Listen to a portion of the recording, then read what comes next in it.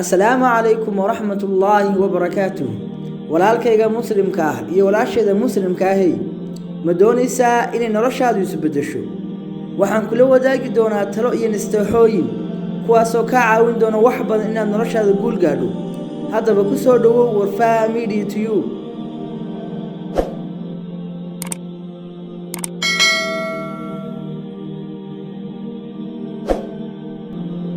talada koobaad ama nasteexada koobaad, ma doonaysaa inay noloshaadu isbedesho? haddaba iska ilaali inaad la saaxiibto saaxiibo xunxun oo ku dadaal inaad la saaxiibto saaxiib wanaagsan, waayo saaxiibku wuxuu saameyn weyn ku yeelanayaa noloshaadoo dhan.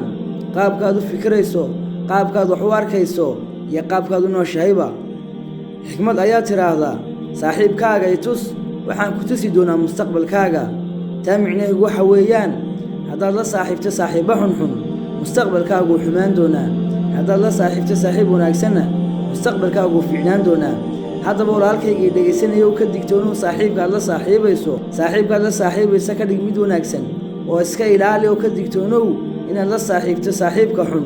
saaxiibkaagu ha ahaado mid daacadda alle ku xidhan mar walba, oo iska ilaali saaxiibbada aan alle ku xidhnayn. talada labaad ama nasteexada labaad, ma doonaysaa inay noloshaadu isbedesho? walaalkayga muslimka ah iyo walaasheeda muslimka ahey, akhlaaqdaada iyo dabeecaddaada wanaaji, noloshaadu isbedeli doontaa.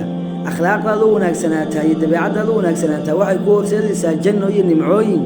akhlaaqdaada xumaataana waxay ku horseedaysaa naar inaad ku dhacdo. haddaba walaalkayga muslimka ah iyo walaasheeda muslimka ahey, iska ilaali dabeecadda xun iyo akhlaaqda xun, oo noqo qof dabeecad wanaagsan, dadka si fiican ula dhaqma, dadka wanaajiya, oo iska ilaali inaad noqoto mid qallafsan oo dadkoo dhan necab yihiin.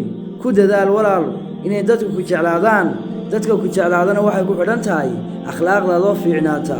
haddaba ku dadaal inaad akhlaaqdaada wanaajiso mar waliba. allahna subxaanahu wa tacaala uu ka abaalmarin doonaa maalinta qiyaamaha akhlaaqdaadoo wanaagsanaata. talada saddexaad ama nasteexada saddexaad, ma doonaysaa inay noloshaadu isbedesho? haddaba ixtiraam la imow oo dadka wanaaji. haddaad doonaysa in adiga lagu wanaajiyo, haddaad doonaysa in adiga lagu qadariyo, haddaad doonaysa in adiga lagu ixtiraamo, marka hore adigu dadka ixtiraam, dadka kaa waaweyn ixtiraam, dadka xaqa kugu leh ixtiraam, oo dadkoo dhan ixtiraam si adigana lagu ixtiraamo. hadba ixtiraamka intaa adigood bixisid ayaa adigana lagu ixtiraami doonaa.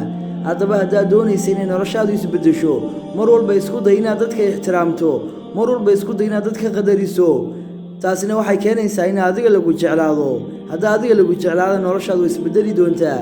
haddaba walaal ku dadaal inaad dadka ixtiraamto si adigana lagu ixtiraamo.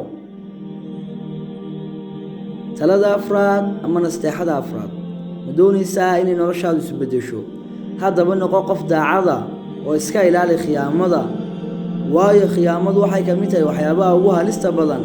ee iska ilaali mar walba oo daacad noqo si adigana daacad lagugu noqdo. talada shanaad ama nasteexada shanaad, ma doonaysaa inay noloshaadu isbedesho?